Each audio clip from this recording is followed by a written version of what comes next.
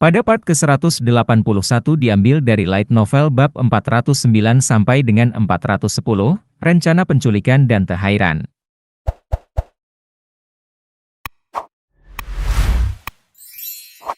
Energi pedang tak berwujud berkeliaran di sekitar Ron dan Brak, mengeluarkan suara yang menakutkan. Brak tertawa mengejek. "Kamu sangat arogan." Darah yang mengalir dari pahanya dengan cepat berhenti. Itu tidak tampak seperti kemampuan regeneratif melainkan metode Brak sendiri dalam mengendalikan tubuh fisiknya. Jin merasakan perasaan tidak nyaman yang aneh dalam senyuman Brak. Tidak. Itu lebih merupakan perasaan bahaya yang akan datang daripada ketidaknyamanan. Kenapa aku merasakan krisis yang tidak menyenangkan bahkan dengan Ron Hairan di sisiku? Murakan menilai pejuang hebat suku Serigala Putih itu gigih saat pertama kali melihatnya. Seorang pejuang yang bahkan Luna tidak bisa menjamin kemenangannya. Brak tidak menunjukkan keterkejutan sedikit pun meski pahanya telah ditebas oleh pedang tak berwujud milik Ron. Sebaliknya, ada rasa bangga yang aneh di matanya. Kebanggaan bisa bertemu makhluk yang lebih kuat dan mengalahkan mereka semua. Kekuatan kapal perang Grenilei belum terungkap sepenuhnya. Sejauh ini, itu hanya menunjukkan perisai transparan dan awan badai, tapi mungkin ada sesuatu yang lebih. Tidak hanya Jin yang sampai pada kesimpulan bahwa krisis telah menimpa Hairan. Tetapi semua orang yang hadir berpikiran sama. Meski Ron masih tampak tenang, dia juga merasakan perasaan yang sama. Berat menyesuaikan postur tubuhnya dan mulai berjalan. Nyawa manusia tidak akan terselamatkan dalam pertarungan ini. Dan mereka semua akan mati karenamu, Ron Hairan. Buk, buk. Langkah Berat semakin berat. Dia hanya berjalan. Tapi rasanya seperti tanah terbelah.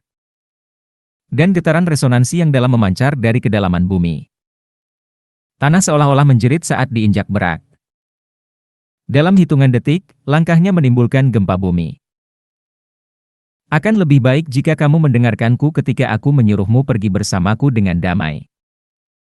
Energi pedang tak berwujud Ron berkumpul menuju Berat tetapi tidak dapat menjangkaunya dengan mudah. Ini karena Berat memancarkan aura yang mengubah ruang di sekitarnya.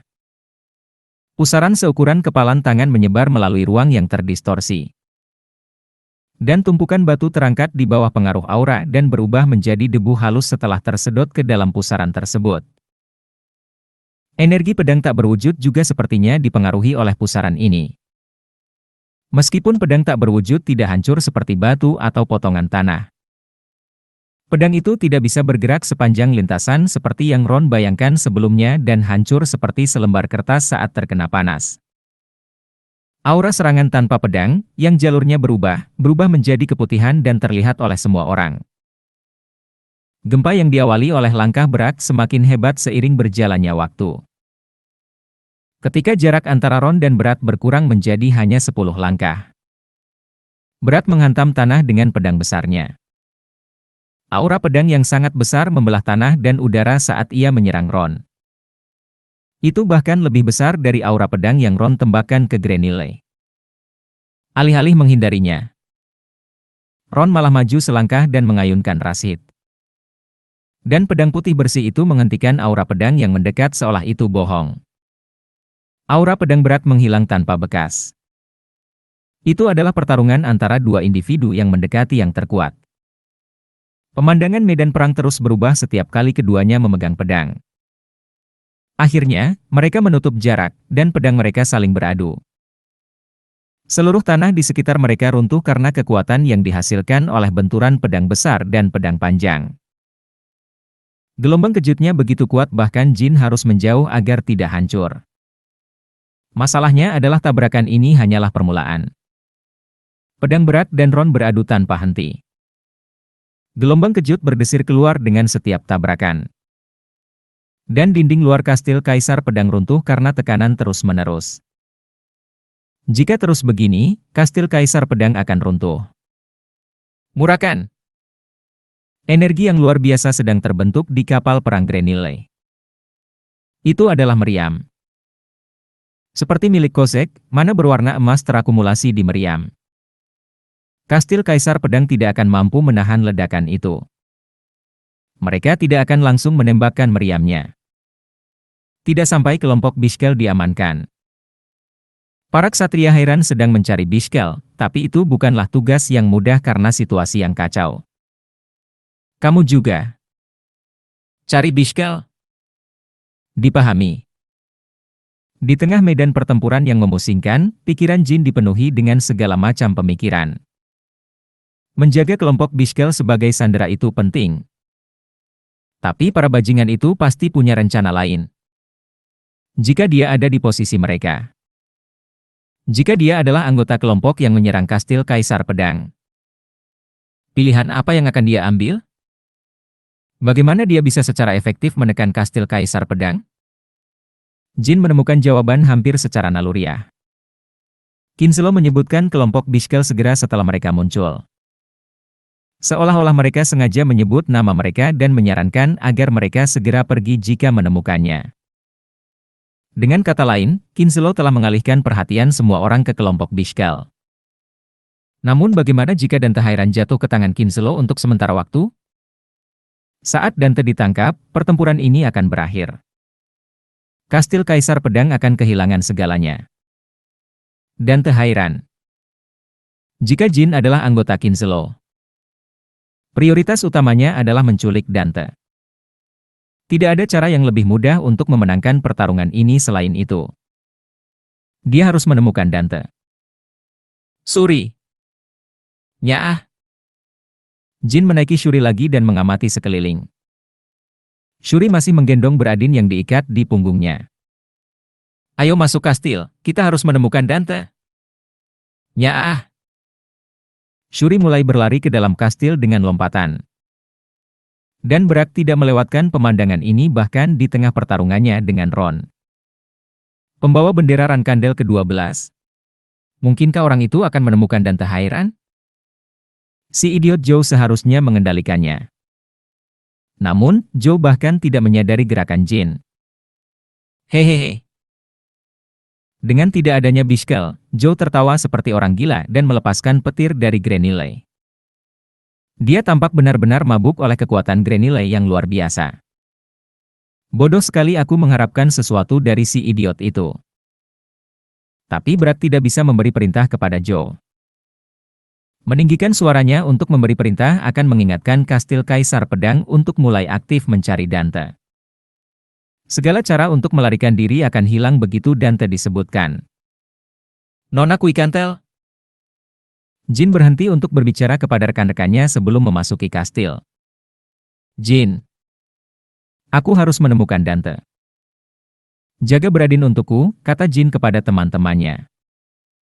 Dengan santai, yang lain tampak terlalu sibuk untuk merespon. Sehingganya akhirnya mengambil Beradin dari tangan Jin.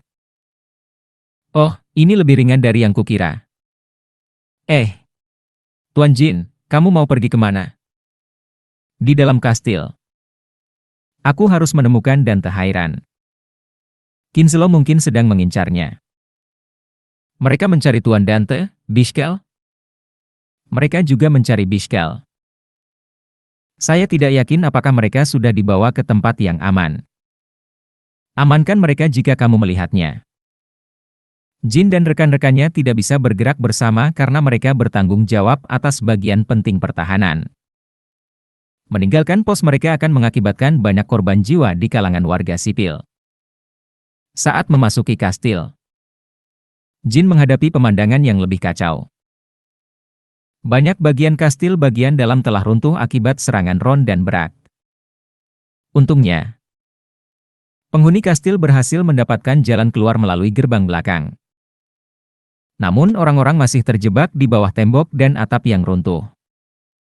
Sambil berteriak minta tolong. Di mana Dante Hairan? Dia sedang melakukan operasi penyelamatan di aula utama beberapa saat yang lalu. Jin segera menuju aula utama setelah menerima tanggapan para prajurit. Berdasarkan peta yang diberikan para pelayan sebelumnya, aula utama termasuk dalam rute tersebut. Saat memasuki aula utama, Jin menyadari bahwa dia benar. Dante. Dante dikelilingi oleh sekelompok orang yang menyamar sebagai pelayan. Sepertinya dia sedang dalam pertarungan sengit, karena nafasnya terasa berat. Tubuh Dante penuh luka dan bajunya berlumuran darah. Jin. Jin bisa melihat puluhan mayat bertumpuk di dekat Dante. Mereka adalah anggota Hairan yang diselamatkan Dante. Dia bahkan melihat mayat seorang ksatria Hairan berpangkat tinggi. Itu adalah tubuh seorang ksatria berpangkat tinggi yang baru saja bertarung bersama Dante melawan para penyerang. Mereka bukan sekadar penjahat biasa. Hanya ada 3 penyerang. Namun, mereka telah benar-benar mengalahkan Dante dan ksatria Hairan berpangkat tinggi. Fakta bahwa hanya 3 dari mereka yang melakukannya sudah menjelaskan semuanya. Tidak diragukan lagi, mereka adalah orang-orang dari Kinselo. Tapi tidak ada seorang pun di antara mereka yang dapat dengan mudah diidentifikasi oleh Jin.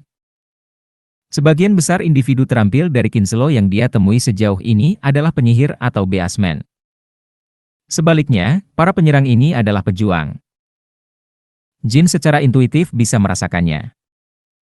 Mereka adalah seniman bela diri manusia murni. Tidak seperti individu berjubah abu-abu yang pernah dia lawan sebelumnya. Sejauh yang aku tahu, Kinselo sangat kekurangan staf. Apakah mereka sudah lengkap sekarang? Mereka bukan orang biasa, Jin, jawab Dante sambil tersenyum pahit. Saat Jin mendekat, 2 penyerang melangkah maju untuk menghalangi jalannya. Desir. Jin menghunuskan Bradamante. Apa yang kamu lakukan orang gila di ruang perjamuan orang lain? Kedua penyerang adalah orang pertama yang mengacungkan pedang mereka. 2 dari mereka secara bersamaan mengulurkan pedang mereka ke arah Jin, dan itu sangat kuat. Mereka memiliki setidaknya keterampilan bertarung bintang 8 atau lebih tinggi. Meski begitu, kedua hal ini seharusnya tidak menjadi masalah. Yang paling mengkhawatirkannya adalah tindakan yang menekan Dante. Penyerang itu memancarkan aura yang jauh lebih berbahaya dibandingkan 2 lainnya. Jin merasa bahwa meskipun Dante dan dia bertarung bersama, dia harus melepaskan gerakan terakhir dan teknik pedang sihir rahasia untuk mendapatkan peluang melawannya. Dan tidak banyak yang memiliki keterampilan bela diri yang luar biasa di antara para pejuang terkenal. Ini terutama diterapkan pada mereka yang telah mencapai tahap terakhir aura bintang 9 atau 10. Namun, kecil kemungkinannya seorang warrior terkenal akan tiba-tiba bergabung dengan Kinselo. Pendekar pedang Hairan lainnya pada akhirnya akan datang untuk bertarung jika pertempuran berlanjut di aula utama. Oleh karena itu, bahkan prajurit bintang 10 tidak bisa bersembunyi lama di balik topeng. Begitu identitas asli mereka terungkap, tidak dapat dihindari bahwa mereka akan memiliki hubungan yang tidak bersahabat dengan Hairan di masa depan. Jadi Jin harus segera menangani keduanya dan membantu Dante. Pedang kedua penyerang itu menembus udara. Dan detik berikutnya, Jin mengakhiri hidup salah satu dari mereka dengan satu serangan. Ini karena para penyerang bertempur karena kebiasaan, seolah-olah menghadapi ksatria biasa. Memotong.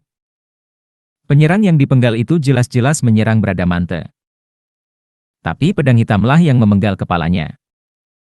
Itu adalah teknik pedang bayangan kedua, gunting, yang memotong kepalanya.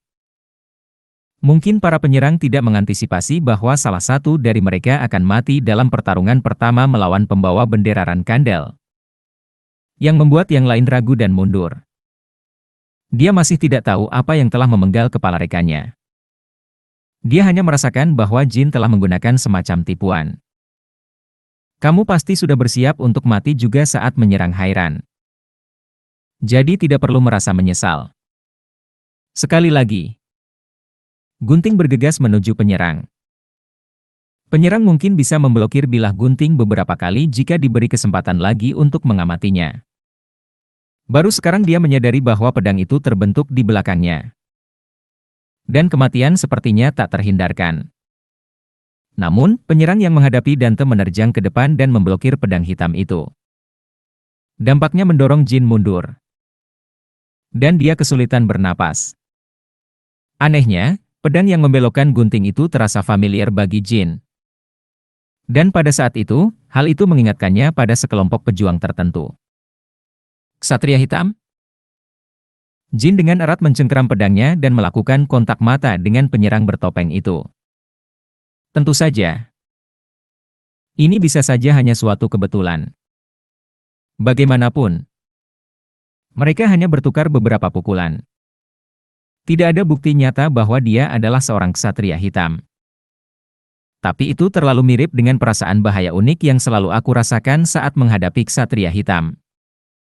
Jin mendorong pedangnya ke depan sekali lagi untuk memastikan. Bila hitam beradamante berada di antara pedang kedua musuh itu. Dante memanfaatkan celah itu untuk menyerang musuh lain dari belakang. Orang yang tampak seperti ksatria hitam mengayunkan pedangnya membentuk lingkaran penuh. Dan secara bersamaan memblokir kedua serangan tersebut.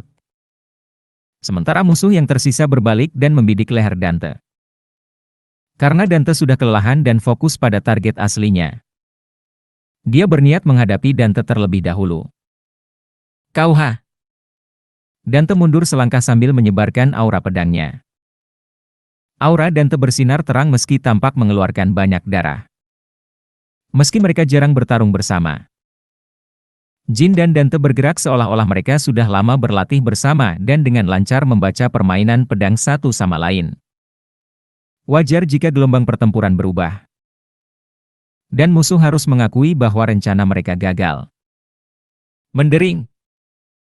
Jin menusuk pedang musuh dan memposisikan dirinya di samping Dante. Melihat ke bawah, Jin memperhatikan pedang Dante bergetar. Itu bukan karena rasa takut. Itu karena kemarahan. Banyak mayat yang tergeletak di sekitar adalah orang-orang yang Dante coba selamatkan atau yang mencoba menyelamatkannya. Dante! Ya, kakek. Tidak mungkin mengumpulkan semua ksatria di satu tempat. Bajingan ini sudah menyebar keluar. Di luar juga. Sebagai calon penguasa kastil Kaisar Pedang, ambillah tanggung jawab dan evakuasi para tamu. Ron telah memberi perintah itu pada Dante ketika serangan dimulai. Namun, Dante bukan hanya tidak mengikuti perintah itu tetapi telah menyebabkan lebih banyak orang meninggal. Jin bisa melihat dengan jelas suasana hati Dante yang bermasalah. Dante, kamu harus kembali tenang. Jin tidak punya kata-kata yang menghibur untuk diucapkan. Dan menghiburnya tidak akan menyelesaikan masalah yang ada. Aku tahu. Berkatmu, aku sudah mendapatkan kembali ketenanganku. Getaran di tangan yang memegang pedang berhenti. Mata gelap dan cekung yang tidak cocok dengan mata Dante memandang ke arah musuh. Namun, hampir tidak bisa dipercaya bahwa seseorang dengan mata gelap seperti itu bisa memancarkan aura terang yang kini mengelilingi pedang Dante. Aku akan mengulur waktu untukmu. Jin memahami maksud Dante tanpa sepatah kata pun. Pedang Raja. Pedang Hairan yang hanya diberikan kepada yang paling layak. Dante hendak menggunakan teknik rahasia. Musuh yang mengenali pedang ini mulai menggunakan pedang mereka sendiri sekali lagi. Jin mencegat serangan mereka untuk memastikan Dante dapat meningkatkan auranya dengan aman. Jin bisa dengan mudah menangani satu lawan, tapi musuh setingkat ksatria hitam itu menggunakan pedang yang tangguh. Setiap serangannya memiliki kekuatan yang setara dengan prajurit tingkat tinggi. Bahkan tebasan vertikal biasa yang sepertinya dilempar dengan santai membawa beban sebesar gunung. Itu adalah pedang yang sangat halus, bebas dari kotoran, seperti emas murni. Mereka yang bisa menggunakan pedang seperti itu sungguh langka. Jin sekali lagi diingatkan akan nama ksatria hitam. Memotong. Pedang musuh menyerempet hidung Jin. Sikap Jin hancur. Dan musuh setingkat ksatria hitam mengayunkan pedangnya pada celah itu. Dan Jin akan dipenggal jika dia tidak bereaksi tepat waktu.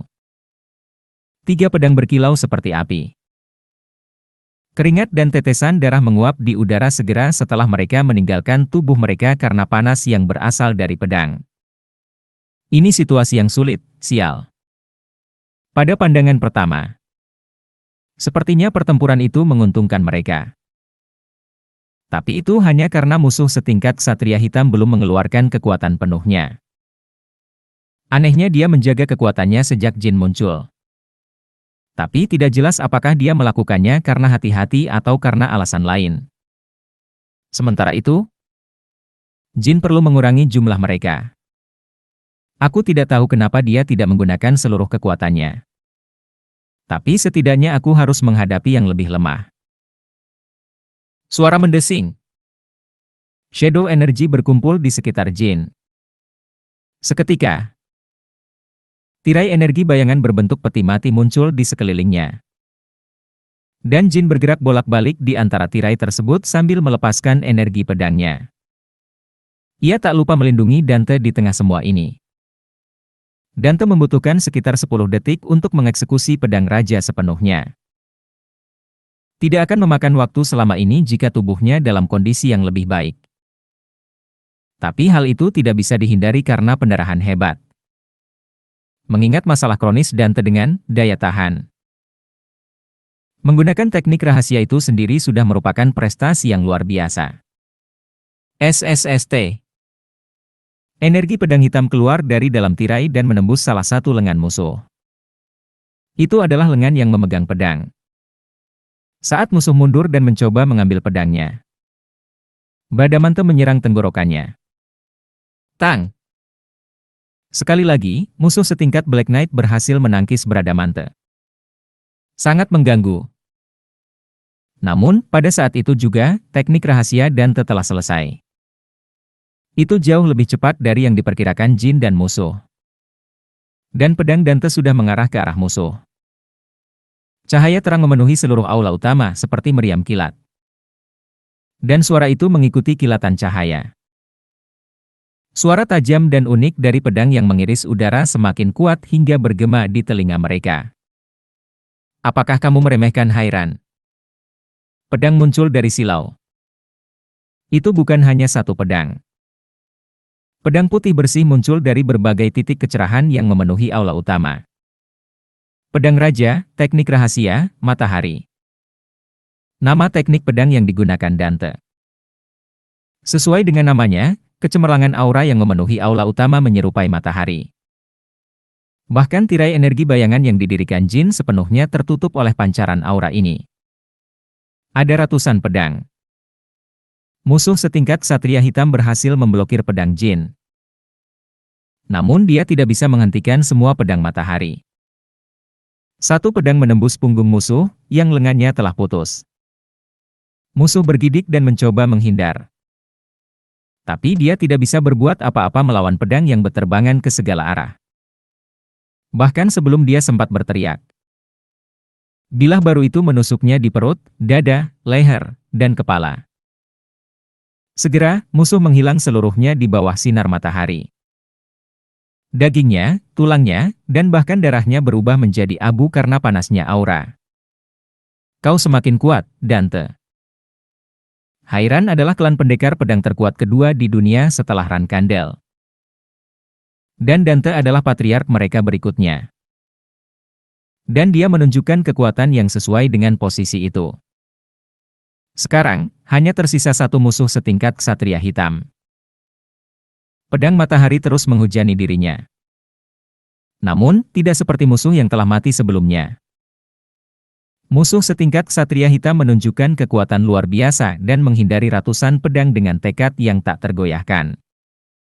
Hanya jubahnya yang terkoyak. Dan sepertinya pedang Dante tidak akan mampu melukainya secara langsung bahkan setelah beberapa detik berlalu. Dia sudah kelelahan. Jadi dia tidak akan bisa menggunakan seluruh kekuatannya seperti yang dia inginkan, pikir Jin. Bahkan jika lawannya adalah musuh setingkat Ksatria Hitam. Teknik rahasia Dante tidak mungkin menyebabkan cedera sekecil apapun. Dante muncul dari pancaran sinar matahari. Dia merasa frustasi karena dia tidak bisa membunuh musuh meski melepaskan matahari. Namun, matanya tetap teguh. Jin merasakan napas berat Dante di sisinya. Dia menjadi lebih gelisah dibandingkan saat Jin tiba. Jin merasakan Dante telah mencapai batas kemampuannya. Musuh setingkat Ksatria Hitam berada dalam kondisi yang sama. Dia juga dengan jelas menyadari bahwa hampir merupakan keajaiban bagi Dante untuk terus bertarung. Kamu bisa mati jika menggunakan lebih banyak kekuatan, Patriark Hairan berikutnya. Musuh setingkat Ksatria Hitam berbicara untuk pertama kalinya. Suaranya entah bagaimana teredam dan terdistorsi. Namun, meskipun itu adalah suara musuh yang sebenarnya, itu tidak masuk akal bagi Jin karena hanya ada beberapa ksatria hitam yang dia kenali dari suara mereka. Seperti yang diduga, mereka tidak berusaha membunuh Dante. Jika satu-satunya tujuan mereka adalah menghancurkan Hairan, yang terbaik adalah membunuh Dante. Ada banyak peluang untuk membunuh Dante. Meskipun musuh setingkat Ksatria Hitam memiliki kekuatan yang luar biasa, dia bertarung dengan tujuan untuk menangkap Dante hidup-hidup.